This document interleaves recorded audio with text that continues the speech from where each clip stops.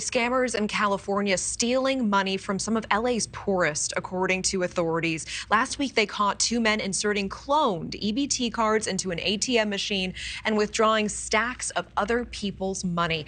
And the scam is played out across SoCal, normally during the first few days of the month when the state deposits food stamps and other essential public benefits. This brazen scam is nothing new. Los Angeles officials say that more than 19.6 million in EBT benefits were stolen in 2022, and that trend is not slowing down. Let's bring in LA County's Deputy District Attorney Alex Karkanen to discuss this. Thank you so much for being here. Good evening. Can you explain first exactly how the scam works? Sure.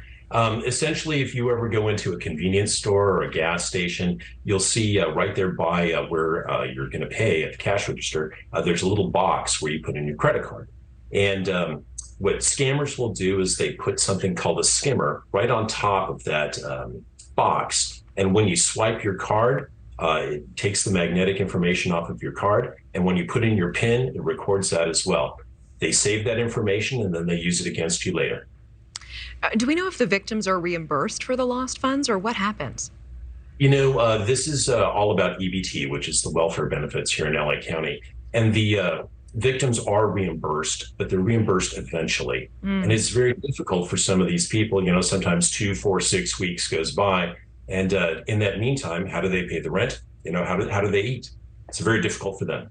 It's a devastating thing, really. And last month, LA County, we know, lost $2.9 million. That is a one-month record.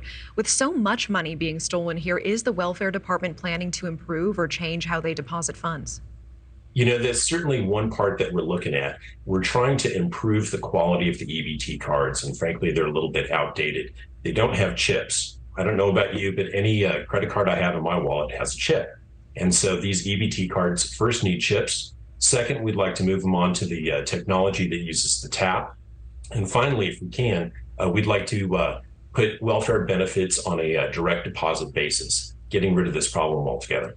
In the meantime, how do you catch the scammers and the people who are actually behind this? Well, you know, one thing that we're looking at is, although we don't know exactly where they're going to be, we know when, which is a big advantage for us. As you pointed out, a lot of these scams take place right after the first of the month when people's benefits hit their accounts. This last couple of months, the Sheriff's Department has worked very closely with Bank of America and Wells Fargo in being able to track down these people who are taking out 50 and 100 different withdrawals all at once shortly after midnight on the 1st. But it's something that we're working on. I know that not only local law enforcement, but state and federal, we're trying to have a unified effort so that we can put together a solid plan rather than attacking this problem piecemeal. Yeah, and it really is such an important problem. We certainly appreciate you joining us on the show tonight to talk a little bit about it. Alex Karkanen, thank you so much. Thank you for watching. Go to newsnationnow.com to find NewsNation on your television provider. And don't forget to click the red subscribe button below to get more of NewsNation's fact-driven, unbiased coverage.